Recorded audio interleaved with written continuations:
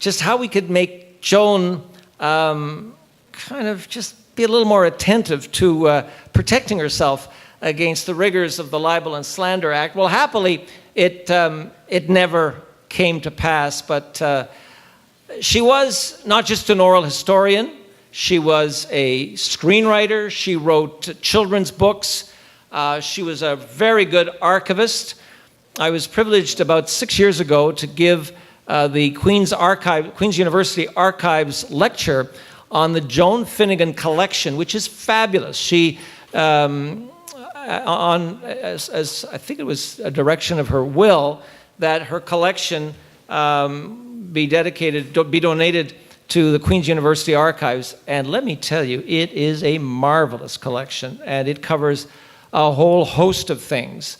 And she was also a screenplayer. Now, this is going to be a test of your age. Does anybody remember Joan Finnigan and the year 1968? Something famous and very controversial occurred. And there was a reminder of it a couple of weeks ago when one of her colleagues in this event died and made the headlines.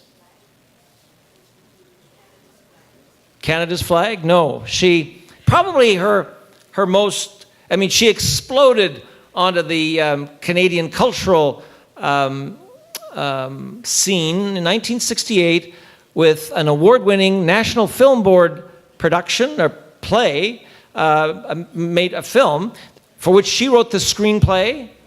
Margot Kidder played Rosie Promoter, and Mike Johnson, and the best damn fiddler from Calabogie to Caladar. If you've not read that script, I can still hear my late departed mother, and her blood pressure was going very upwards as she watched that film, like so many Valley people, and how could anybody say such things?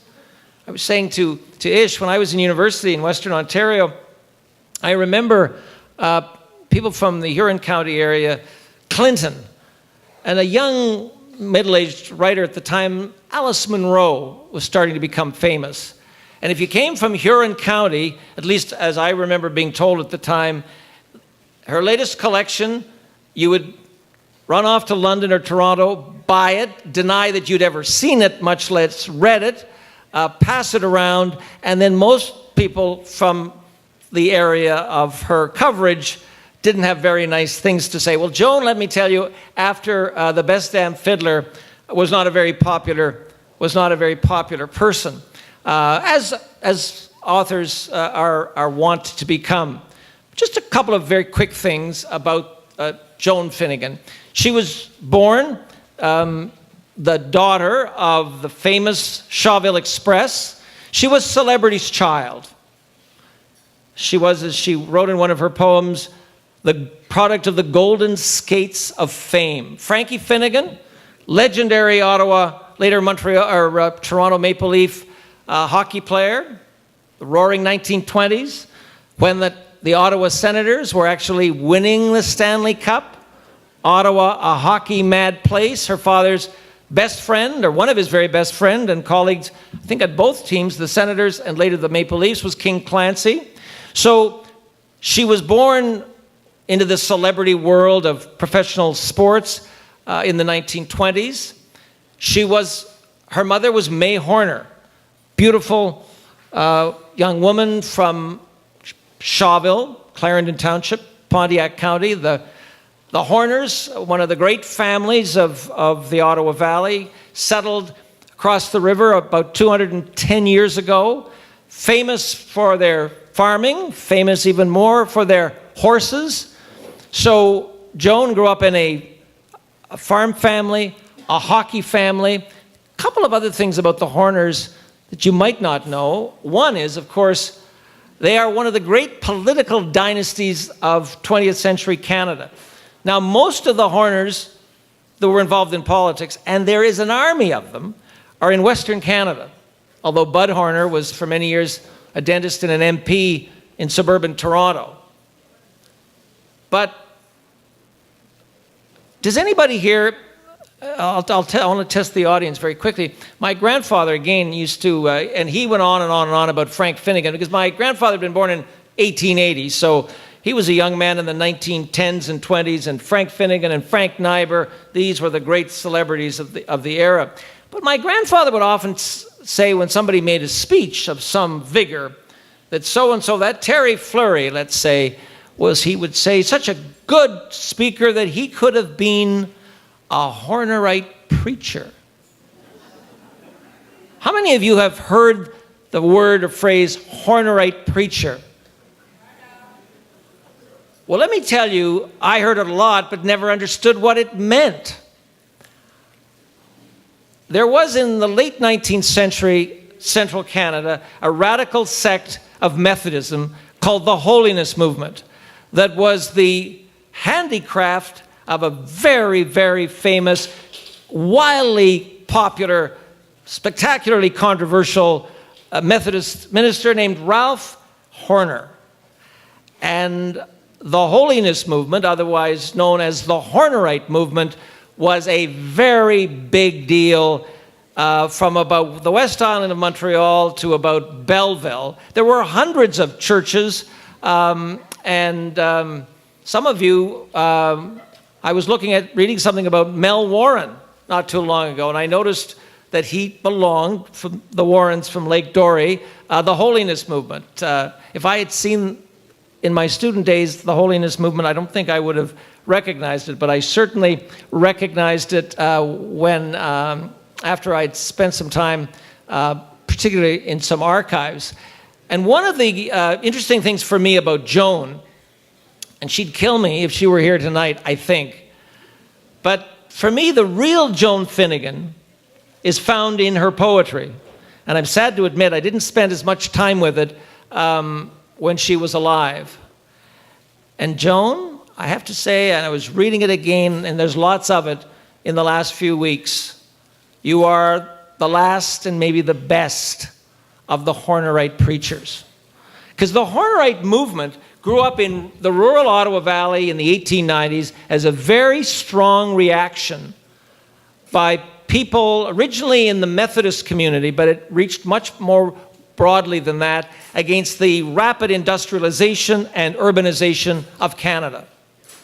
And Ralph Horner preached very vigorously that that whole tendency, and churches like his own were making a very big mistake buying into that, because it was destroying fundamental rural values like community, mutuality, sobriety, thrift, all of those old-time values.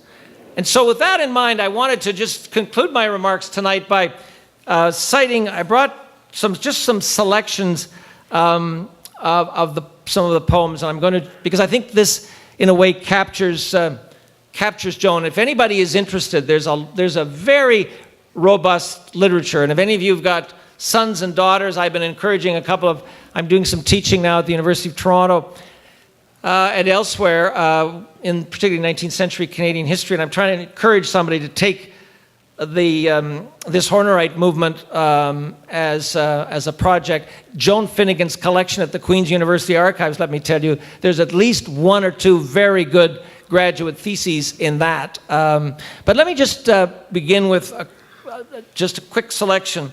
She writes in one of her poems entitled, "Grey is the Forelock." And this, of course, is about her celebrity dad.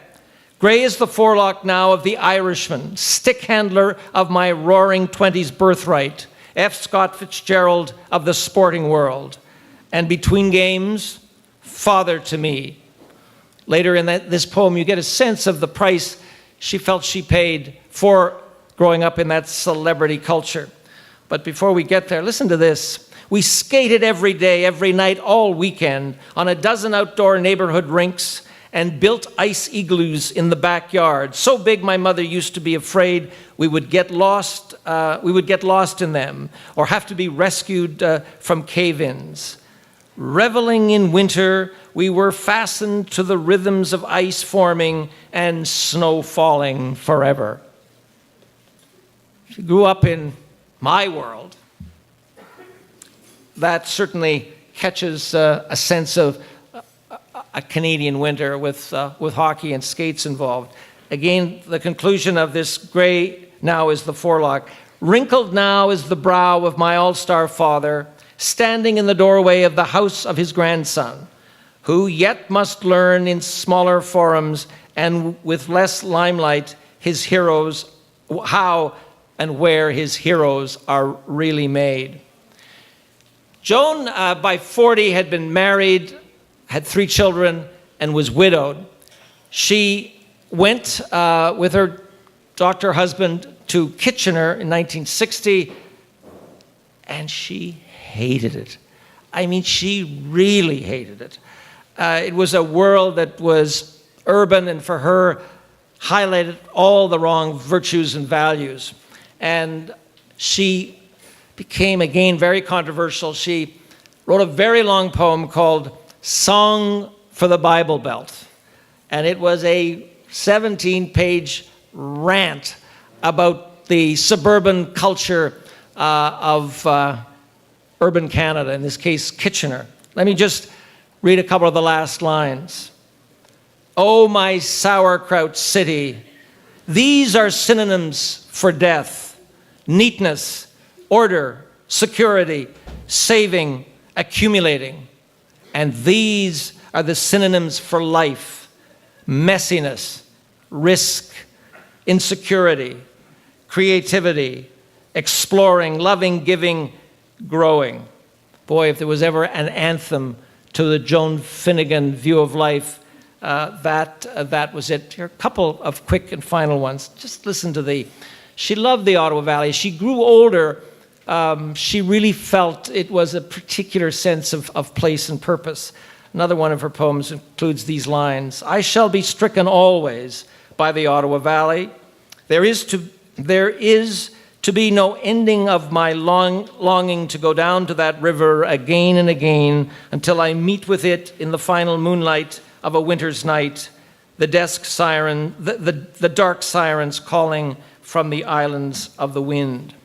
Her long poem, Wintering Over, she's describing, in a way, herself, a young couple in the pioneer era of 200 years ago, coming up the Ottawa. Listen to this. I am here. This is me, Abigail Eadie on the Ottawa, in this log fortress. I have lived through another winter, alone in a log house on the Ottawa, and I want to shout out at all this whole wilderness, in this newborn uncharted country. I may not yet be on the map, but I did it again. You didn't beat me. I've won another round. I tell you, I am not just a survivor here. I am an achiever.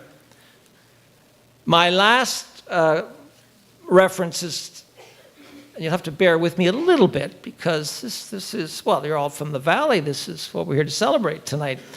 She, in one of her last collections of poetry, wrote a long poem, and I'm not going to read it all. It's got a kind of an anodyne title.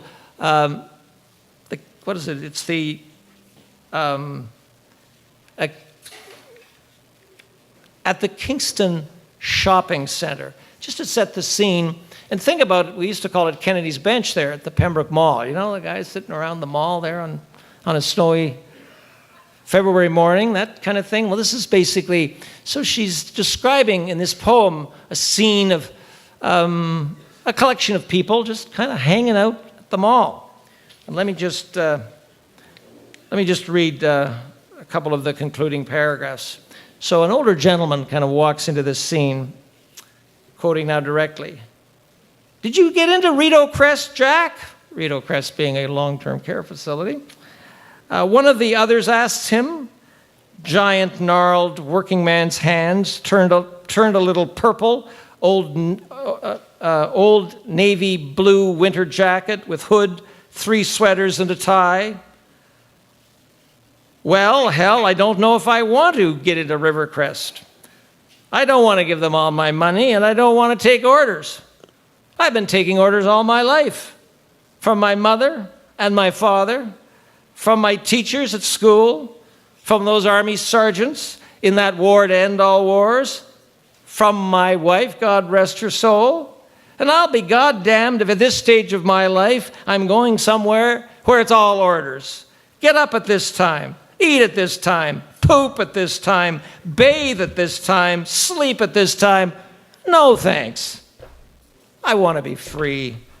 To go out when I want to have a beer when I want to see the Senators when I want to, even if they haven't won a game in 2 years. Jesus, I've known steady losses in my lifetime too. He laughed and swung off down the mall, a huge maple burl of a man wading through the crowds on his cane, head and shoulders above the mob of misguided lookers, drifting like dried leaves through the false-fronted emporiums of our times. That describes a lot of people I knew, I grew up with, I'm related to, and that's Joan. So enjoy this production tonight, because I've seen the script and our friend here has, I think, captured the essence.